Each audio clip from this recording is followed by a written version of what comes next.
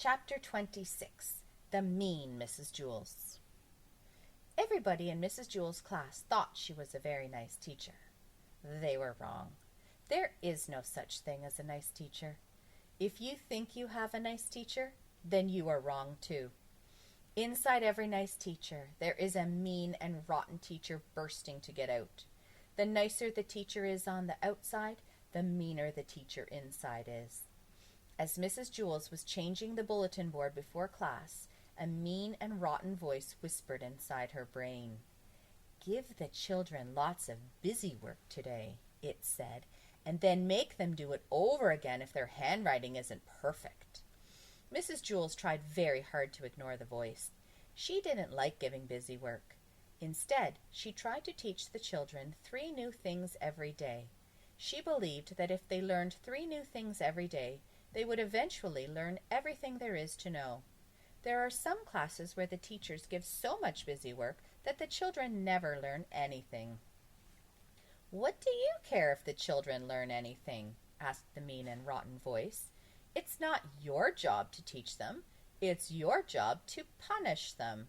Keep them in at recess. Hit them with your meter stick."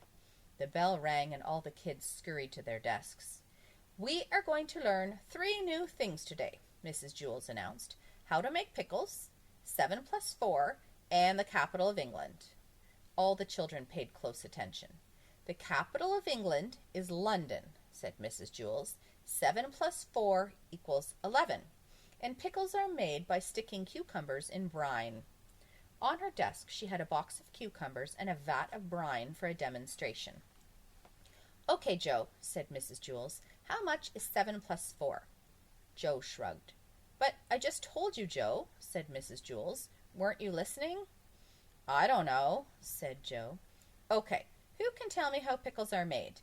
Yes, Jason." 11, Jason declared. Mrs. Jewls frowned. "That's a correct answer," she said. "Unfortunately, I didn't ask the right question.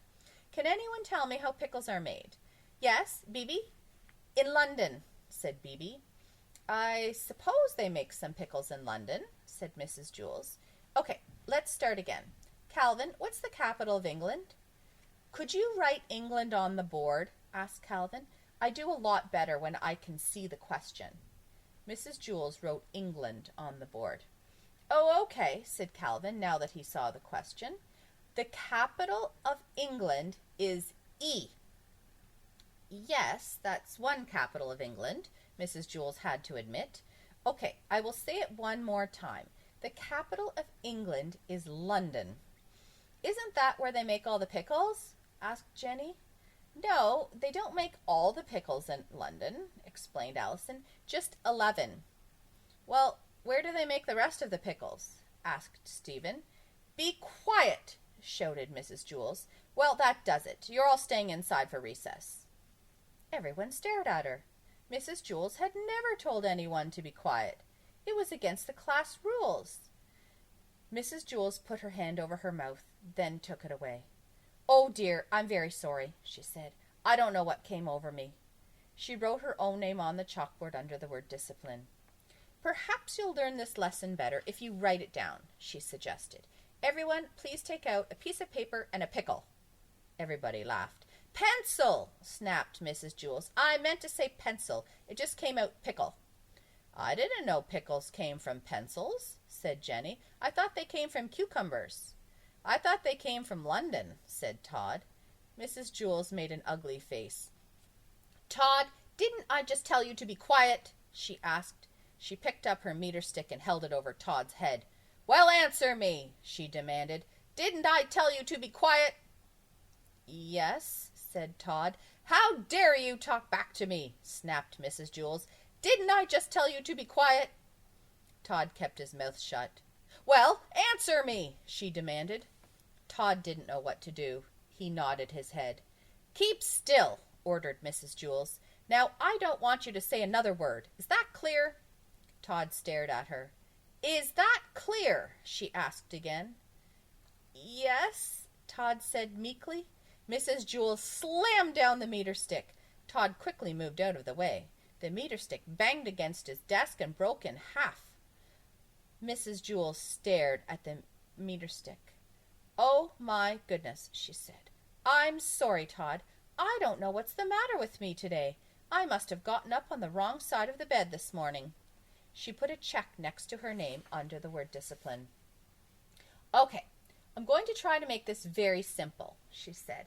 "If I have 7 cucumbers, and then I get 4 more cucumbers, and then I drop all the cucumbers in brine and take them to the capital of England, what do I have, how many, and where am I?" "Huh?" said DJ. "What?" asked John. "Could you write the question on the board, please?" asked Rondi. "Be quiet!" Mrs. Jewls yelled a third time. In a mocking voice, she said, "Could you write the question on the board, please? You kids think you're so cute? Well, we'll see how cute you really are." She picked up the vat of brine from her desk. "How would you like it if I poured this on your heads? You wouldn't be so cute when you're all shriveled up and covered with warts, like pickles." She walked up and down the aisles carrying the pickle juice and glaring at the children. No one dared make a sound. She stopped next to Leslie. "How about you, Leslie?" she asked. "How would you like pickled pigtails?" Leslie trembled. Her pigtails wiggled. "Well, I'm going to ask you 3 questions, Leslie," said Mrs. Jewls, "and if you don't answer them all correctly, I'm going to dump this on your head." Leslie gulped. "Question 1, said Mrs. Jewls. "How much is 7 plus 4? Leslie quickly tried to count on her fingers, but she didn't have enough. 11, she guessed. A look of disappointment came over Mrs. Jewls' face. "Okay, question 2. What is the capital of England?" London, Leslie said nervously. "Rats," said Mrs. Jewls. "Okay, question 3. She looked down at the vat of brine she was holding and shook her head. She thought a moment, then smiled. "What is the name of my cousin who lives in Vermont?" Leslie had no idea, so she just had to take a wild guess. She closed her eyes and said, "Fred Jewls?" "Wrong!" exclaimed Mrs. Jewls. She raised the vat of brine high above Leslie's head and started to tip it over. Paul jumped out of his seat. Those pigtails had once saved his life. Now it was his turn to return the favor.